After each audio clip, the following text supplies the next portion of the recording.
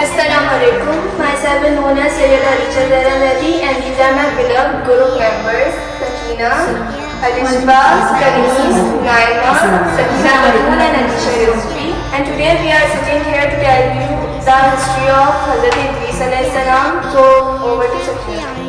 कुरान मजीद में हज़रत इदरीस अलैहिस्सलाम का जिक्र। कुरान मजीद में हज़रत इदरीस अलैहिस्सलाम का जिक्र 2 मरतबा आया है। एक सूरह अंबिया की आयत नंबर 85 बिस्मिल्लाहिर्रहमानिर्रहीम व इस्माईला व इदरीसा व ज़ुल्किफ्लु कुल्लु मिनस सालिहीन कि और इस्माईल, इदरीस और ज़ुल्किफ्ल ये सब सच्चे नबी थे।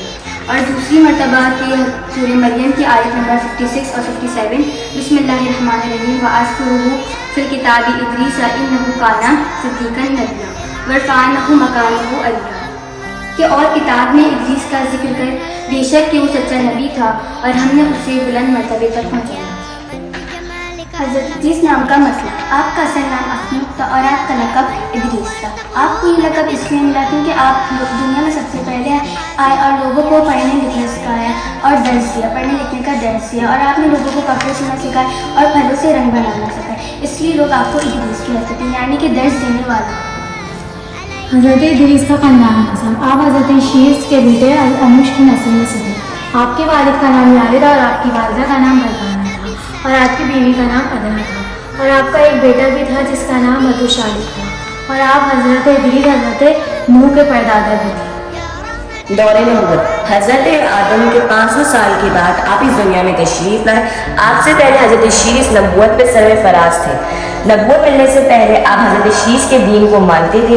आप पर 30 सहीफ़े नाजिल हुए। आपके दौर में इंसान जाहिलियत बेअदबी से इतना गिर गए थे कि अल्लाह को छोड़कर आपकी इबादत करने लगे। आपने दुनिया में आकर लोगों को हिदायत दी, इल्म और अदब सिखाया, लेकिन आपकी कुछ ही कौम ने आप पर इल्म हासिल करा और आपको इतना सताया कि जो आप पर ईमान लाए थे आप उन्हें लेकर मिस्र आ पहुँचे।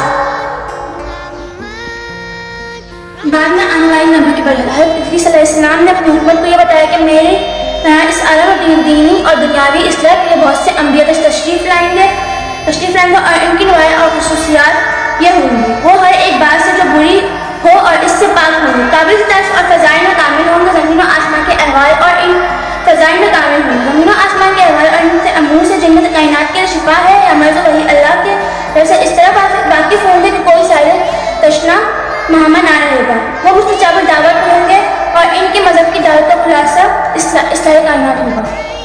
हज़रत इदरीस अलैहिस्सलाम की वफ़ात।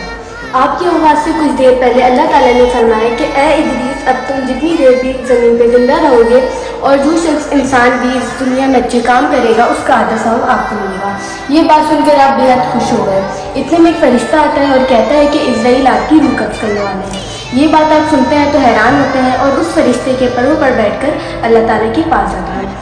आप पहला आसमान पार करते हैं, दूसरा, इसी तरह तीसरा आसमान पार करते हैं। जब चौथा आसमान पर पहुंचते हैं तो वहाँ पर इज़राइल आते हैं और कहते हैं कि आप इजाज़त मांगते हैं, क्या मैं आपकी रूह कब्ज़ कर सकता हूँ।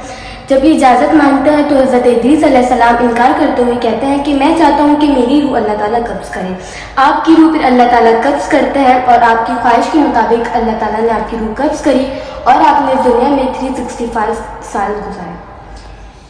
History of Prophet Idris alayhi salam. One day Prophet Idris was informed by Allah that he would receive the rewards of all good deeds performed by man each day till his last breath. Prophet Idris was overjoyed with the news and thankful Allah immensely for all his blessings. But Idris was quite ready to depart earth as he enjoyed spreading good. So he decided to speak to the angel of death and plead him to delay his death. What began after death of Shees is the people of Cain lost guidance and sin corruption began increasing rapidly and spreading. Idris could not bear to watch his own people falling prey to the influence of Shaitan. So Allah instructed Prophet Idris to call for jihad, holy war against the corrupt followers of Qabli Cain. Idris was the first prophet and messenger in the history of Islam to perform jihad against corruption, and as commanded by Allah, Idris gathered an army of men and battled in the name of Allah against the treacherous and emerged victorious. تو یہ حضرت ادریس علیہ السلام کی history تھی. امید ہے آپ لوگوں کو بہت زیادہ نالج حاصل ہوئی ہوگی. اب تک کے لیے ہم لوگ اجازت چاہتے ہیں. خدا حافظ.